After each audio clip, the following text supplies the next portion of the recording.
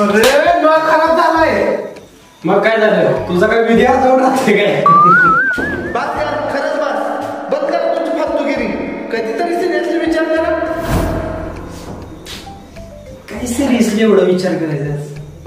बघ की बारक्या बारक्या गोष्टीवर रडत असते सारखं. ही छोटी गोष्ट आहे का बरं? नळ लीक झाल्यामुळे रोज हजारो लिटर पाणी वाया जातं भारतात. बातम्या, लेक्चर, ज्ञान. तुमची ना लायकी नाही मित्र म्हणून घेण्याची. इथून पुढे तुम्हाला ना भाडेकरू सारखं ठेवलं पाहिजे. ठरलं तर आजपासून तुम्ही भाडेकरू, मी घर मालक. आणि या घरात माझा शब्द तुम्हाला पाळावाच लागेल. आणि हे ना त्या तिघांनी पण सांगून ठेवा. समजलं का?